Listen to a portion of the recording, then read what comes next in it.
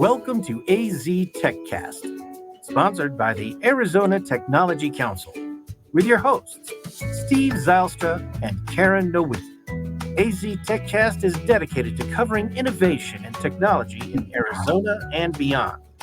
Broadcasted monthly, AZ TechCast invites leading experts to have real conversations about what is happening in the tech sector across the state of Arizona. From regional news to innovative startups, companies, and emerging technologies, AZ TechCast covers the critical issues and economic trends propelling the state's growing tech ecosystem. For years now, Arizona has caught the nation's attention as the Silicon Desert, a major hotspot for technology companies and budding startups. Between the state's lower business costs, more affordable standard of living, and growing talent pool, it's no surprise that Phoenix and Tucson are rapidly climbing the ranks of emerging international startup ecosystems. And with that, welcome to Phoenix Business Radio. I'm Karen Nowicki, president and owner of Phoenix Business Radio X, and I'd like to welcome you to this episode of AZ TechCast, sponsored by the Arizona Technology Council. AZ TechCast is dedicated to covering innovation and technology in Arizona and beyond. Broadcasted monthly, AZ TechCast invites tech and business experts to have real conversations about what's happening across the state of Arizona. Arizona TechCast discuss the critical issues, the topics, and the trends propelling the state's growing tech ecosystem. So please join me in a warm welcome with today's featured guest. On the screen here, we have Stephanie Bermudez, founder and CEO of Startup Unidos. Welcome, Stephanie. Thanks for having me. So thrilled to have you. And Eric Smith, Executive Director of the University of Arizona Center for Innovation. Yeah, thanks for having me. Happy to have you. And I'm excited to have another warm live body in the studio with me, my friend Diana Vowles, who is the CEO of Startup Arizona. Welcome. Thank you. Happy to be here. I probably should say Startup AZ. Is that the official? Startup AZ. Startup AZ. I added the word Arizona, but it's just the AZ. Very happy to have all three of you here with Steve Zylstra and I. He is the president and CEO of Arizona Technology Council, so that we can discuss the statewide entrepreneur support hubs that are helping to elevate technology-minded startup founders. We have a lot of interesting content to cover, so let's dive in. Welcome, Steve. I didn't give you a chance to say hello. Hello. It's great to be here. So great. We always have an incredible conversation. At the end of each hour, we always find ourselves saying, we need to have you all back again for, chapter 2. And I have no doubt that this conversation will feel very similar towards the end. We'd like to start off the conversation by asking each of the speakers to briefly introduce yourselves and the role that your organization plays in the Arizona's technology ecosystem. And Stephanie, if you wouldn't mind getting started for us, and then we'll just jump around and see who's ready to follow that. Yeah, no problem. Hello, everyone. My name is Stephanie Bermudez. I'm an Ambos Nogales native. Nogales is in southern Arizona in northern Sonora, Mexico. And I'm the founder and CEO of Startup Unidos. It's a pleasure to be here with you all. Welcome. Hi, I'm Diana Vowles. I'm the CEO of Startup AZ. Startup AZ is about 7 years old now, and we work with early stage founders, bringing founders together to connect, to collaborate, to learn, build stronger companies, and pay it forward with generosity. And I'm Eric Smith. I'm the Executive Director of the University of Arizona Center for Innovation. We're the University of Arizona's Startup Incubator Network, and we serve scalable science and technology ventures. We have 75 of them. Our footprint for these ventures, of course, is mostly in the state of Arizona, though we serve companies both nationally and internationally with programming, the people to execute on that programming in various spaces. And I'm Steve Zylstra, co-host today and president and CEO of the Arizona Technology Council and the SciTech Institute. We're a statewide trade association representing technology-based companies with offices in both Phoenix and Tucson.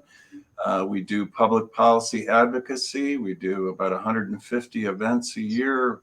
We have a number of publications, and we negotiate lower cost products and services for our members. Karen, I'll go ahead and expand a little bit more on Startup Unidos. So according to my geographic location and my native roots, the work that we focus on in the overall ecosystem building is specific to the borderlands. So we focus in Santa Cruz County and are currently on a scalable plan to service other border communities with small business services, entrepreneurial education. We also do innovative workforce development, and we offer all of our work, not just in Spanish for Hispanic communities in Southern Arizona, but we anchor everything that we do in the culture of the borderlands.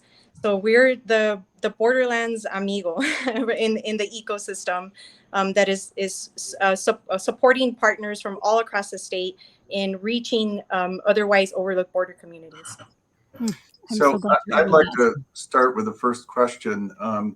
In 1985, I think, I started a precursor to the Arizona Technology Council called the Arizona Innovation Network. And it focused initially exclusively on small businesses and entrepreneurial companies. The ecosystem for startups was pretty nascent at that point. It's changed a lot over the years. I was wondering if each of you can talk about really how it's evolved over the last 3 to 5 years. Eric, you want to start? Sure. So I'll take it back just a little bit broader in terms of the time frame, because I always consider myself an entrepreneur. Though in the decade of startups that I participated in, they were mostly failures. I still consider myself as such. And so I participated in the ecosystem or the various innovation ecosystems in the state of Arizona, both as an entrepreneur as well as a service provider to entrepreneurs. And the one thing that I've seen in the last, we'll say 5 or even 10 years is a significant amount of growth and collaboration. And so, what's really exciting about Arizona is that all the pieces are here. And what we've started to see is that those pieces are starting to come together and work together to support these companies throughout the state. Where maybe 10 years ago, you might talk to any one operation that serves innovators throughout the state, and they would be able to claim that this company that they supported was now very successful. Now, if you have that conversation, it's not my operation supported this company and it's successful. It's collectively the village that is the state of Arizona and all of these operations. I know I have startups that are involved in many others' operations throughout the state. And so now we kind of have seen that, evolvement, that collaboration increase. And so now we all get to claim the success in our state. That's a great point. Diana? Yeah, I'll add to that. When I first started working with tech companies in Arizona about 10 years ago, Arizona and Phoenix in particular was perceived as the place that you put your back office operations or the place that you put your inside sales operations. And large companies didn't, I don't think, realize the full potential of Arizona. What I've seen in the past 10 years is a significant change there. You've seen the engineering programs expand at the universities, and you've seen other schools come in, galvanize other tech boot camps, other players that are strengthening the talent pool, which has caused large companies to really look differently at our state. And I feel like we've grown up a little bit, and we're more of a true tech hub. So I think companies take us more seriously around the country when they're thinking about places to locate. I think startup founders have greater opportunities here now. And I would say the biggest thing that I've seen change in the past 5 years is that startup founders 5 years ago, for the most part, startup founders in Arizona were told that if you want your company to be successful and you want to raise venture capital, you need to move the company to the Bay Area or to New York or to Boston or somewhere, but not in Arizona. I've seen that change significantly, and the founders that we work with are increasingly seeing a greater percentage of their VC funding coming from Arizona. And you no longer hear VCs say, well, yeah, you have to leave Arizona to build a company, because that's just not the case anymore. I think the pandemic, as challenging it was as it has been on the world, I think it helped that area where people can be anywhere and can build great companies here. And we've now had 100 founders come through the Startup AZ Collective program, and the currently active ones have about 1,200 employees. They've raised $215 million in capital, and they are valued at over $1 billion. So, I mean, you've seen the numbers increase. The numbers kind of tell the story. So I've been thrilled to be here and be part of it and look forward to it continuing. I think the other piece I'll add to that is the collaboration with all the different entities. It is greater here than anywhere I've experienced. And I moved 8 times with my previous job. So I've worked in a lot of markets. I think here there is a true belief that we want to see people succeed and we don't always have to be the ones to take credit for it. It's a collaborative effort. So I would echo what Eric said on that. Stephanie, what about on the border? How have things changed over the last 3 or 5 years? I think I have an interesting story. You know, my border story and my involvement with the ecosystem spans our state. It includes our southern partners, which is the state of Sonora. And my history is actually in developing the Innovation District and Entrepreneurial Service Organization groups and programs in Tucson. That's where I started. That's where I know Eric, and where I really got an opportunity to be able to examine the revitalization of downtown Tucson and how the density there was just attractive enough. It provided all of the right ingredients to produce something really amazing that we now see in downtown Tucson, which is like the heart of our innovation. You know, tech parks are out there, but we're all connected, so that collaboration is key. And it was me working in Tucson, not in my hometown, that I discovered how important our southern partners are in the economic impact at the state level, and where I got curious enough, you know, to go back. Startup Unidos was actually born in the state of Sonora, in the capital of Sonora, from a Harvard program where we were challenged to look and examine an opportunity to strengthen the innovation ecosystem in the state of Sonora. And I stumbled upon this opportunity, and just like Arizona's economy cannot thrive without Sonora, I grabbed onto this opportunity, and there is where Startup Unidos was born. That's where we developed our program and grew from there. So when we think about innovation and ecosystem and opportunity and how we can compete, as Steve knows, because, you know, the SciTech Institute is cross-border, and as Eric knows, you know, Tech Parks and also the Center for Innovation and Startup AZ, they've all been supportive partners in our work across borders. So we understand, and this topic is not a new topic, but what we have to offer is that we are organized to do the work. So I came across too many frustrations where all of the ideas were already outlined. These conversations had been thriving in rich circles for many years, but why wasn't the work being done? Familiar, right? Sounds super familiar to all of us. We all sit in those circles. We all know exactly what is needed, but sometimes we're held by so many factors. You know, it could be red tape, it could be funding, it could be a combination of both, and many other things. So Startup Unidos, where the role that we play is in that intermediate. Like, we are the doers. We are that connective tissue. We are the boots on the ground. We are, making sure that we supply the information to those decision makers at the state level, across both states, so that they truly can examine and, you know, move forward as a region, as a mega region, which is truly what we are.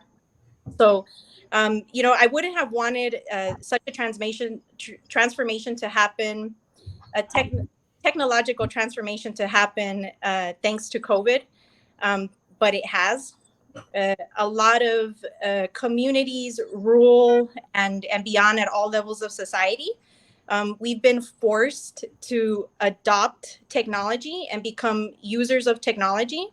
And one thing that I know for certain is that once you see how technology can work for you and solve everyday challenges for you, you are more likely to adopt technology as a solution for yourself and see yourself as a creator of technology. So this time is really exciting, you know, to have like a foundation of partners across the state, both states, both Arizona and Sonora, to really uplift this opportunity, this recovery time, you know, this resilience era. And that's really in the space in which I work. Like, I don't work with a lot of high tech companies, although I know them and I can absolutely connect to them. But I work with at the idea stage. I work with people who are practicing seeing themselves as solution makers, and I work with a lot of small businesses in recovering from the impacts of COVID. And because of COVID, there's also funding on the table now. So we're able to play in ways that we hadn't before. Like, those ideas that we have been dreaming for, we wouldn't have dreamt them in this way, of course. But now we can act on them. Now we can practice what we preach. And a lot of what was being preached is reaching marginalized communities, overlooked communities, Hispanic communities.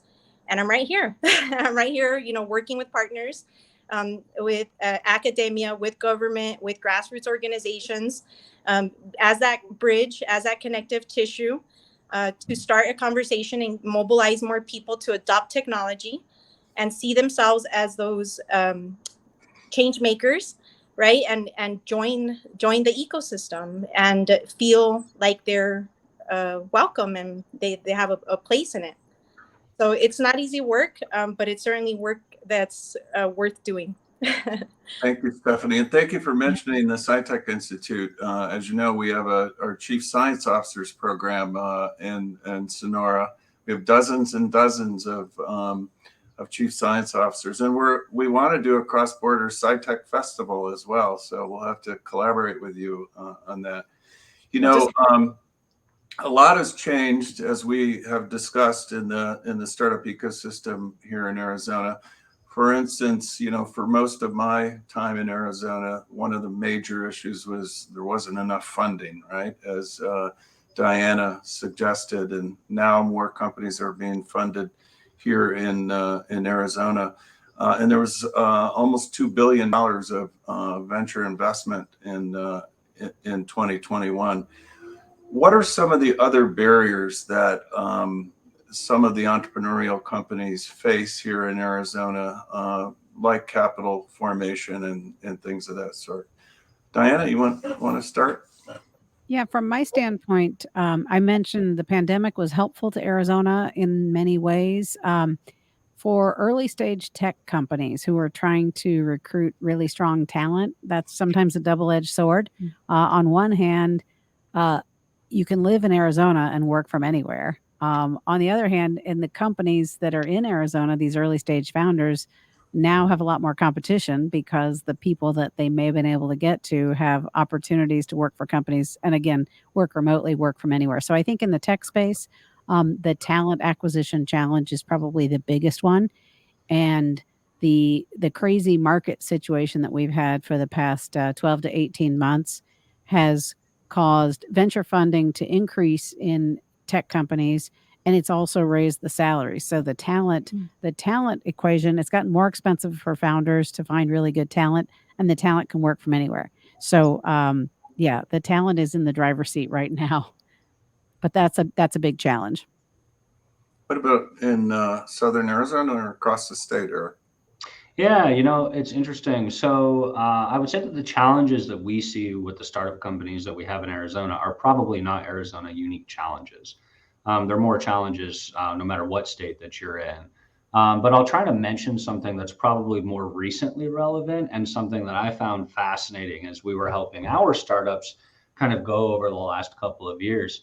And one of the things that specifically the founders of scalable science and technology startups have found over the last couple of years is that, yes, to Stephanie's point, there's a lot of money coming down. There's a lot of support, and thankfully there's a lot of support for small businesses. The difference, and where we find with our startups, the scalable science and technology startups, the challenge with them is compared to maybe a restaurant or a retail store, they often don't have assets or employee payrolls. It's co-founders. They're on operating agreements and for equity in the company. They're eating ramen, right? Doing all the great things that we love to read about. But that also means that they don't have the collateral to back up traditional loans. They don't, all the wonderful, incredible PPP money that saved so many companies was not available to any of the tech startups, not just in our state, but in others if they're early stage and they don't have those assets. And so for us, we've seen this as a major challenge for our startups. And then, of course, I will rely on Stephanie as the expert to talk about this, but increasing the diversity of startups that we serve and the ability for diverse founders to find support has been a key thing. We've taken on, specifically helping to support female founders with some public and private money to help foster some of that. But I would say that also has seemed to be a challenge, is really, appropriately providing service for all types of entrepreneurs. And again, it's not just an Arizona problem. I think we see that everywhere. Stephanie, anything to add to that? Yeah, I do. It's like, oh, yes. So different challenges require creative solutions. And the current channels that we have when it comes to access to capital, they're not that creative and they're not that accessible. And we know that. It doesn't take me to say that. There's plenty of information out there pointing at how we're not doing enough in bringing diverse founders to the table, and we're doing less in really dissecting what the issue could be, because I think the climate out there is scary and nobody wants to do the wrong thing, but we have to do better. So we have to have more conversations if we really want to resolve for that and bring more people who are facing the issue to the table. And as a person of color myself, and somebody who is already rooted into the ecosystem in unfolding Startup O'Neill's, I had quite a challenge, like in looking for support capital. Still to the day, we're continuing to build our program, and me being in it, I don't know how much of that has to do with my social class or whether I'm a person of color. I don't know, but there are some really great alternatives out there, and individuals in our state in Southern Arizona who are looking to resolve the access to capital and getting really creative with a solution. Community Investment Corporation offers an alternative BIPOC loan fund at 0%.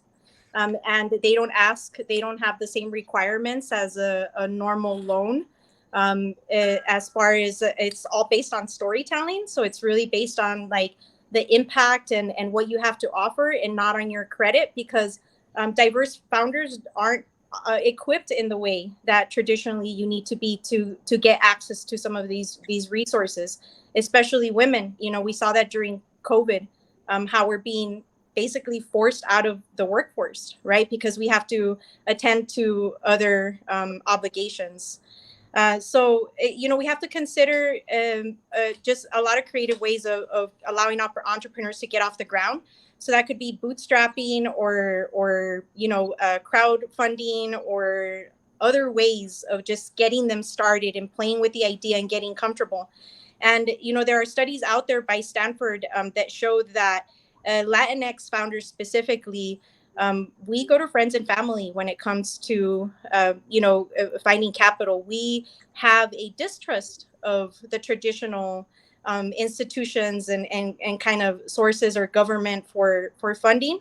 And we don't have the same relationships with our banks and things like that, making us less bankable.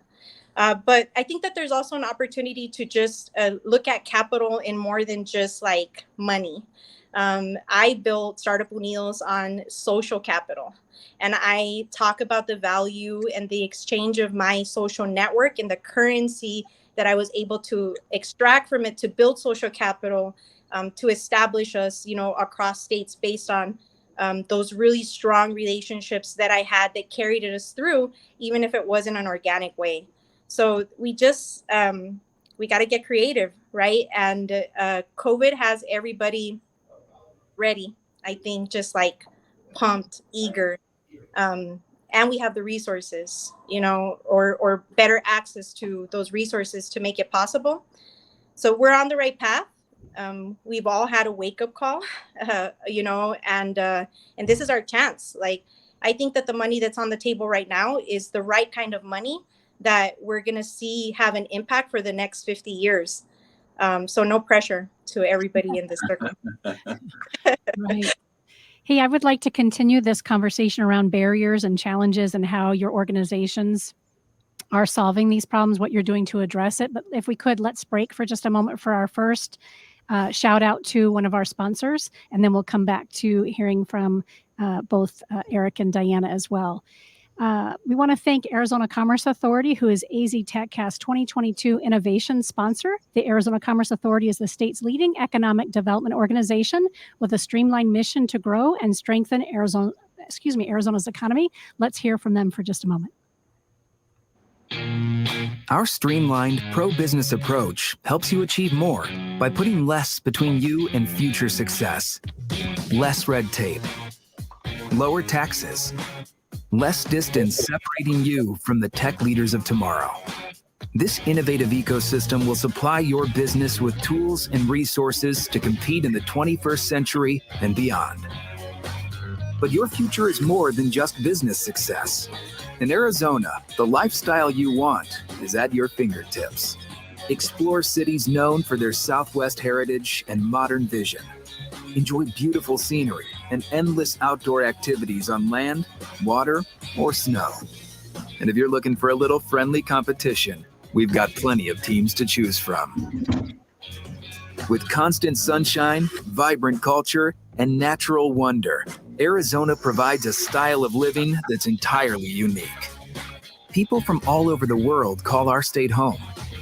From student leaders who fill the classrooms of our top-ranked universities, to a skilled and abundant workforce that's ready for what's next. To the neighbors, friends, and peers we interact with daily, Arizonans are united by a pioneering spirit that moves us forward. So as you look to the future, know that it's filled with the perfect balance of innovation and high-quality living that makes life better here.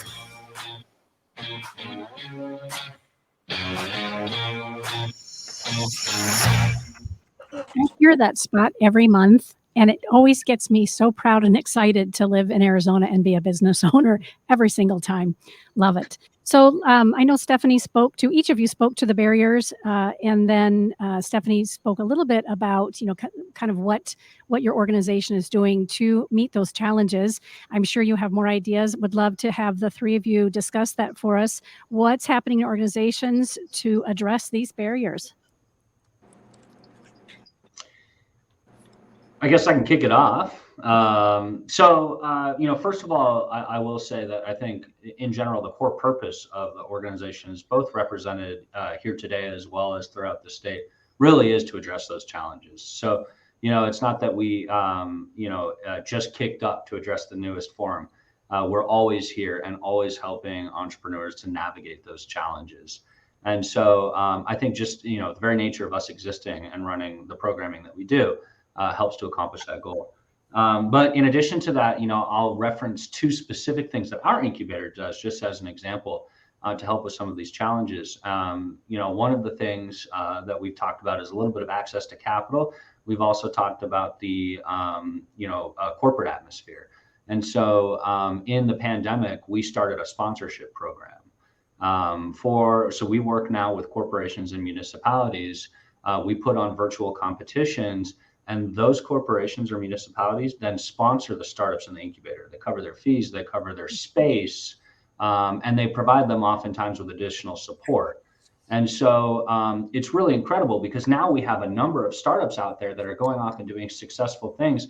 And the reason that they were able to get that support is because somebody else paid for it, right? But then also we get to communicate throughout the state. Look at these great companies, look at these municipalities. We have towns and cities that are sponsoring startups in our incubator right now. And it was a very easy way. And it's an easy pitch, to be honest, because these corporations, municipalities, they want to do this work. And then we kicked this off, this particular program off during the pandemic. So, you could take $10,000 and what you used to be spending on a lunch, you can now make an impact for a whole group of individuals inside of a startup for a year. So it's actually been almost the easiest ask to make. So that's one way that we've helped to look at more recent challenges. And then Another thing that we do, and this is in line with maybe some of Stephanie's work, so we have a pretty significant international soft landings program.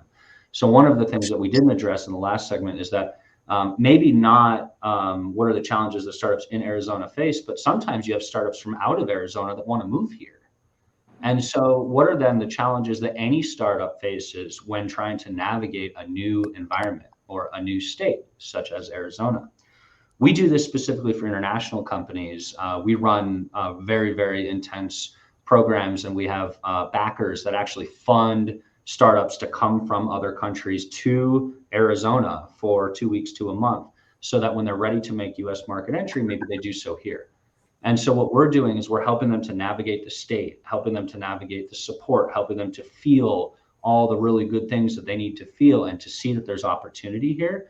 As late as last week, we ran a cohort that ended last week of Canadian startups. And in doing that work and helping them to navigate Arizona and to understand the opportunity here and the connection to Mexico, et cetera, that company's still here. They didn't go back to Canada. They're setting up their US-based operation. They're doing so right here in the state of Arizona. And it's simply because, we just showed them what was already here. So I think, it can be hard to navigate sometimes. And so one of the things that we do is we help point them to all the incredible resources in the state. Yeah, I agree. Tremendous opportunity there. So at Startup AZ, the organization was formed by Mario Martinez and Brandon Clark. And in 2015, shortly after Mario had sold his company, he built an amazing company in Arizona, but he felt like he could have done so much more if he was connected to other smart founders and other resources. So he decided to help start the organization and really pay it forward to future entrepreneurs. So fast forward 7 years later, we've worked with about 100 founders to date. And our model is to bring them together in what we call the Startup AZ Collective. So each year we identify about 10 founders that we feel have the highest potential to become a great leader, to build a great company, and we bring them together. And so it's a CEO roundtable type of environment. They get together once a month. And what we found from that is you build this very tight-knit group of trusted, it's kind of a trusted advisory circle per se.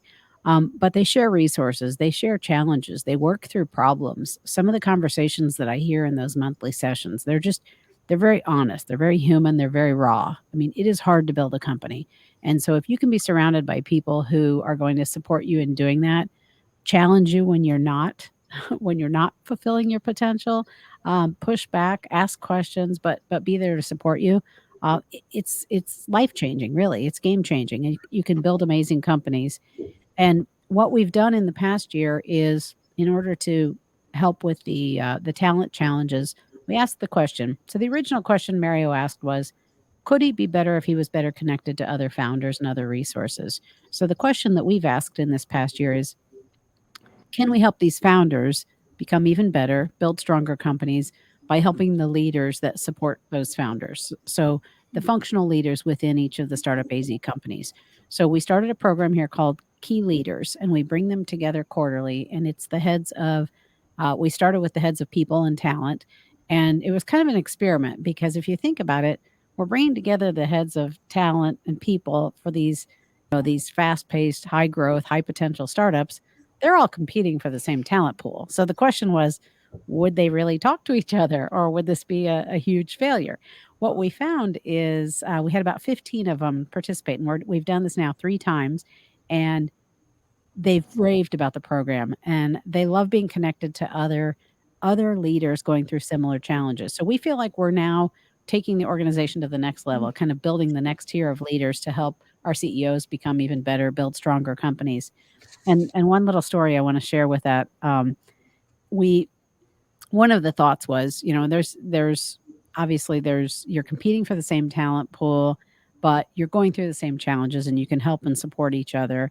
And what we did is we helped equip them with a way that if I'm company A, I've got a fantastic company, I'm hiring a key position in my company, and I can only hire one person for it. But candidate number 2 or candidate number 3 were awesome. And I hate to say no to that candidate, but I don't have a job for them. Well, we've created a way to hand those candidates off to the other companies. So the thinking is, if I can't hire you, I really want you to land at a good company. And if you think about that experience from the candidate perspective, you walk away from it not feeling like, well, I'm a loser because I didn't get the job.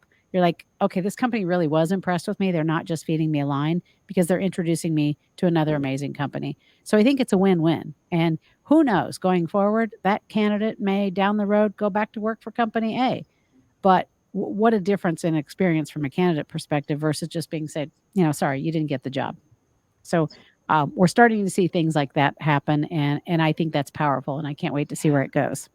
It's all about asking the right questions. You articulated it really well, but it's inherent in everything that each of you have said, right? It's the set of questions that we're asking and continuing to retool them so that we can make stronger relationships, find the financing, and build those bridges. Steve, before we move on to the next question, is there something specifically that I'm not aware of that AZ Tech Council is doing as well to support innovation and the smaller startups? I know your reach is so wide and so broad, but is there something AZ Tech Council is doing as well that comes to mind as we look at these barriers? Well, 85% of our members are small businesses, and many of them are startups. So while all the big companies are members, 97% of all businesses in Arizona are small businesses. One of the things that we do is through our programming, our events. We do over 100 events a year, and it both educates and connects founders and leaders in various organizations. But one of the really critical things, Diana and I have spoke about this recently, is that we sort of pool the influence of our members and provide lower cost products and services. So we have an association health plan. And so the Tech Council acts like it's Intel and is able to negotiate much lower costs for medical, dental, vision, life, disability, all of those kinds of things. And our program is with the best, Blue Cross Blue Shield of Arizona. We also run a 401k program with the two biggest in the industry, UBS and Empower. And even if you only had 3 employees or 5 employees or 10 employees, you could offer a 401k. And as Diana spoke earlier, it's tough finding talent right now, and particularly for entrepreneurial companies. And you've got to offer them all the same benefits they could get if they were working for a large company. So we help facilitate that through some of our programs. So good. Next question I have, we sort of touched on this at the beginning. Has the ecosystem, the startup ecosystem, improved and sort of paving the way for more diverse founders, mentors, investors? We're in a time where the business sector especially is really focusing more intensely on diversity, equity, and inclusion than I ever have seen in my lifetime. It's really game changing, I think. And is that happening in the startup ecosystem as well? Who wants to take that first? I want to get Stephanie go first. Yes. Yeah, I'll take it on. Yeah, absolutely. I think that there are a lot of efforts, some intentional, others forced, and sometimes you can tell the difference, but not always. And that's a dangerous place because we're doing what we're told and not really resolving for the greater issues. I think that there is a lot to examine yet. Yes, we've taken more responsibility, but have we washed our hands and figured it out? We're very far away from that. Not just as a state, as a nation, as a planet, for that matter. But we do have a bonded understanding is that we know that we have to do better, and we are all making a collective effort, and we do understand the issues, and we're being intentional. We lost your voice, Stephanie. Yeah, Stephanie, we lost your voice, Stephanie. Can you hear us? I don't know that she can hear us. Yeah. We can't. While she's getting her audio readjusted, either Eric or Diana, you want to speak to that? Yeah, I can, in just saying that first and foremost, I personally rely on the expertise of folks like Stephanie and people who are out there doing such incredible work. I mean, she referenced the Community Investment Corporation's BIPOC Loan Fund. I mean, not only is that an opportunity for BIPOC founders, but it's BIPOC community managed. I mean, how incredible is that? And how do we take that and make that kind of stuff bigger? Because Stephanie's right. We are so far from being able to do this. And two things that I'll mention.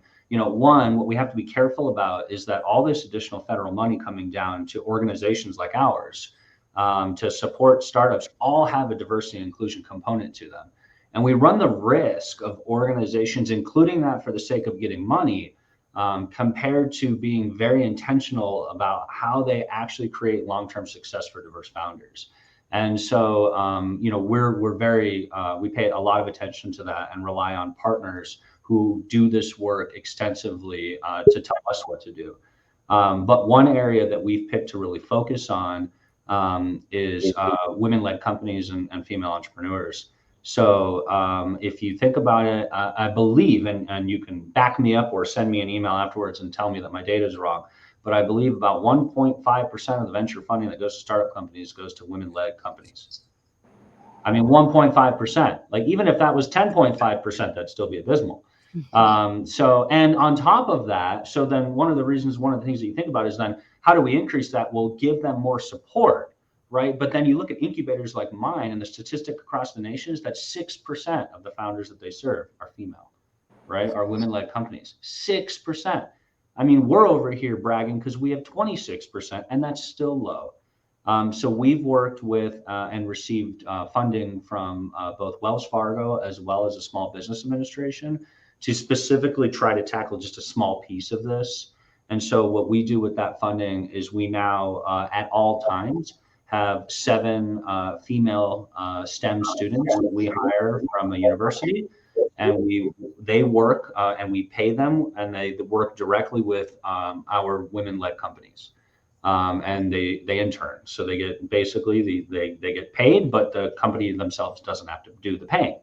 And so and kind of connecting those, it inspires the interns.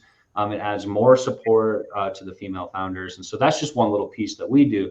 But again, for us, it's important for us to rely on the partners that are just out there and really truly doing the work, that hold the expertise. Folks like Stephanie. Stephanie, can we hear you speak now? Can you? I hope so. Yes. Awesome. So as I was saying, yeah, there are a lot of collective efforts out there, and I'm really proud of where we're headed, but we got to stick through it, like not just move with the trends and really do the work and be brave enough to have the tough conversations. I've had to do a lot of that, and it's really exhausting. But again, it's worth it. So I'm going to continue to push forward with that. So some of the things that we're doing differently is we're moving forward with a social equity model. So we're not trying to retrofit what and how people behave in other places to offer the services that we're offering in Southern Arizona. And that is because the people themselves told us that they don't want that. They know that it's not for them. And translating things into Spanish is just not enough. It is a viable solution in some occasions, but not all. We got to consider all the factors on why diverse groups are not feeling included when we are offering inclusive spaces. I have a list of factors. I'll give a workshop on it if any of you are interested, but it's a lot more than language. And it's why the services that we deliver are culturally anchored, because on our social equity model that's based on asking and then delivering based on what we are told is needed, we have been told that it's the reason why there's perceived barriers of participation is because they don't see themselves in the audience. They don't see themselves in the stories. They don't see themselves in the social class that's there, in the trends and how you dress, how you speak. We take a lot of things for granted, and we're changing it up. We're truly taking the time to not retrofit programs and design them according to what is needed to really redefine like what startup culture could mean for the borderlands, for Hispanic people, designed by us here, for us here. And we have a lot to learn, but also a lot to share with all of our partners across the state. With all intention, I kicked off Startup Unidos in Nogales because this is the place where people say there's nothing and it can't be done. So we already know that it's possible in Phoenix and Tucson and Hermosillo. So if I could do it in Nogales, then it's certainly possible anywhere else. So that's the reason why we started here. And that helps with the talent, because if we think that talent is tough now, it's only going to get tougher. There are so many challenges that that we have ahead of us when it comes to talent, or really just jobs in general. And jobs come from small businesses. So we need small business formation to create jobs. So workforce goes hand in hand with entrepreneurship. And we work in both of those spaces on both sides of the border. So we're not only showing people how to gain skills through entrepreneurial education and showing them how to create a job for themselves, because the future is diverse and you'll need to be versatile.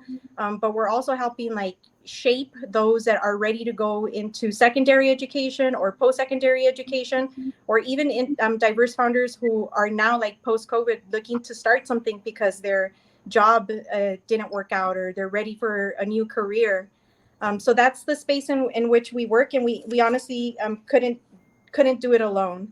And we're going to continue to examine this space and share these learnings to all of our partners statewide, so that we can all take a greater responsibility in, better serving our diverse founders, not just here in Southern Arizona, but everywhere we can stretch. Well, and I think if anyone can do it, it's you, Stephanie. Thank you. Thank you. Good luck. I'll add to that discussion. Startup AZ, we're a very small organization. We're just a handful of people, but we are connectors. So we pride ourselves on connecting our founders to all the resources that are out there. So we point them to the different nonprofits, to the different funding sources, different partners we work with. And we do a lot of outreach around the state to help identify companies and identify diverse founders before they're ready for our cohort. So if anyone listening today knows early stage founders that we should be talking to, and we're not yet, please introduce them. What we like to do is get to know the companies before they're really ready for the cohort, get to know them, get to know the founders, find out ways that we can support them, and then bring them into the Startup Collective when they are ready. The other thing that I'll note is we did a better job this year on our outreach and on reaching diverse founders and bringing them into the collective. We could still improve, but our latest cohort, we brought 2 cohorts in this year, 18 founders, and 43% of them are female or people of color. So I feel like we're representing. It should be higher. It should represent our communities better. But we're starting to make a dent on that, and we'll continue. Karen, you ready for a commercial break? We are. We have another wonderful sponsor that is worth mentioning every time we're on air together, and it's JDH Insights. It's the AZ Tech Council Tech Advocate sponsor for 2022. Let's hear from them. Thank you, JDH Insights, for being our 2021 Tech Advocate sponsor. A leader in coaching and executive development, JDH Insights is committed to helping organizations cultivate and leverage their most important and complex asset, their humans. Visit jdhinsights.com to enhance leadership and improve team dynamics to take your business to the next level. So the time is quickly passing, as I said it would at the onset of our episode today. We've got about 10 minutes left. Steve, is there a question that you're just burning to ask? I want to make sure we get to, and I'm happy to lead off. So many questions in so little time, right? Right.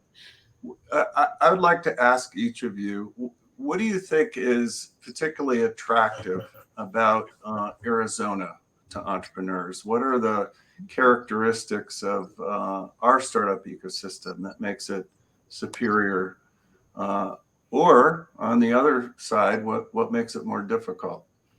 I'll jump in on one of the positive fronts. As I mentioned, my previous company transferred me 8 times. So I worked in the South, the North, the Southwest, Southeast, Midwest, you name it. What I have found in Arizona is there is a different accessibility to leadership and to the startup community. And you can get plugged in easily.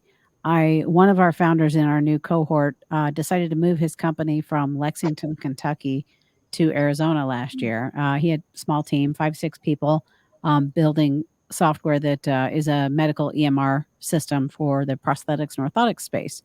And he was introduced to me, knew I knew a little bit about that space, met a couple other founders in the collective, and he's now growing. He's building and scaling his company here. So he looked at Arizona, heard it was a great place to be, dug into it a little more, met one person who introduced him to 4 people, who introduced him to 10 people. And I think it's just the accessibility in the community. And he's already had conversations with 6 venture capital groups in Arizona, and that you just can't get plugged in as fast other places I've found than you can here. So I think we still kind of have the underdog mentality. We want to see people succeed. We want to see Arizona continue to grow. So that's been my experience.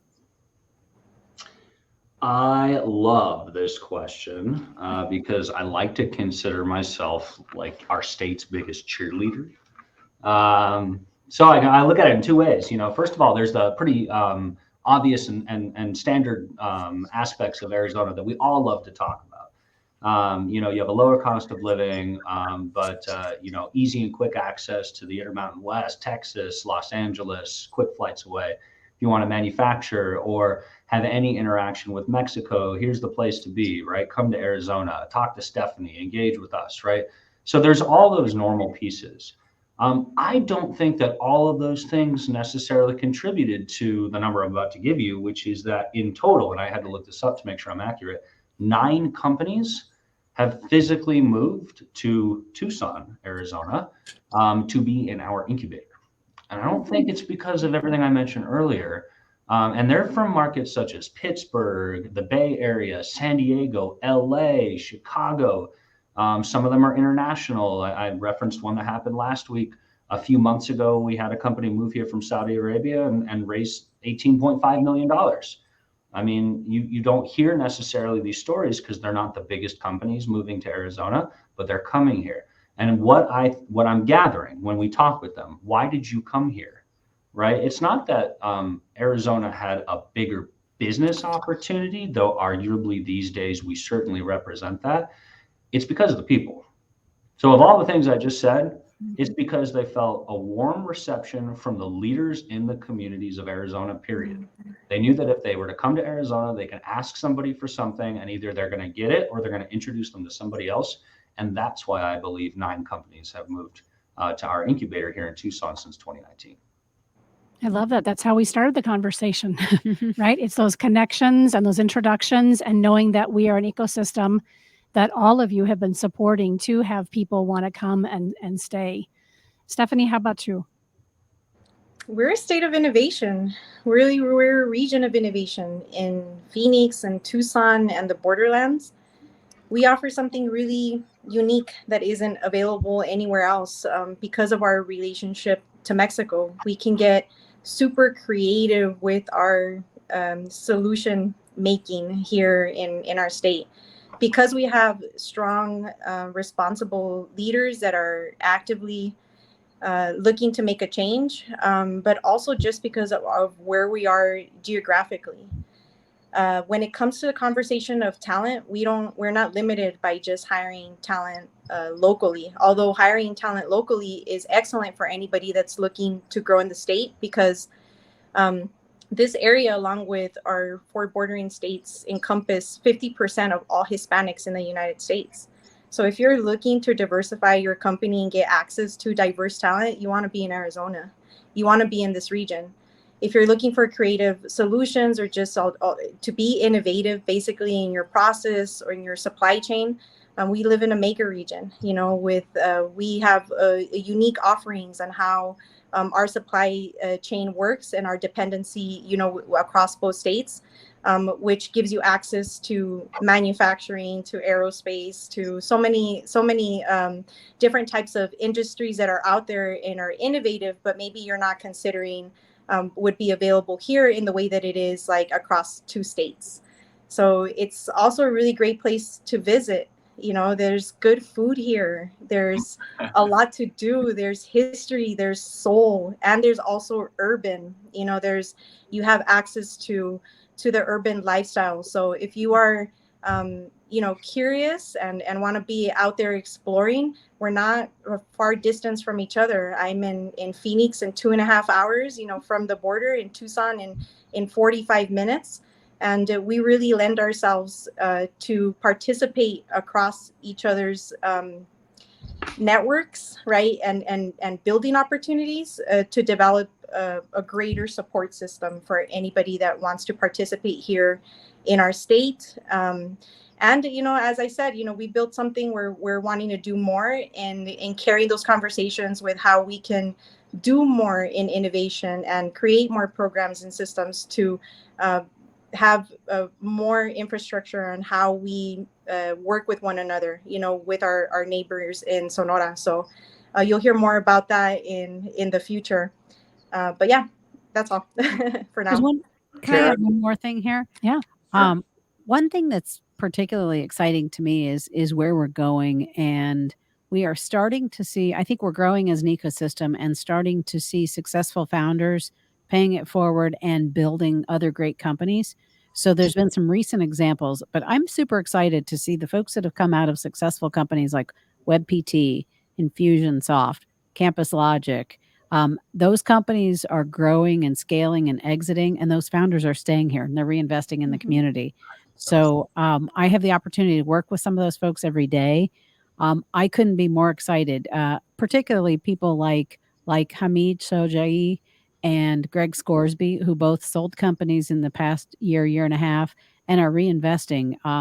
Greg, who's our board chair at Startup AZ, so I get to see him a lot. I'm like, all right, what's next, Greg? You sold Campus Logic, you built it up for 10 years, amazing success. What's next?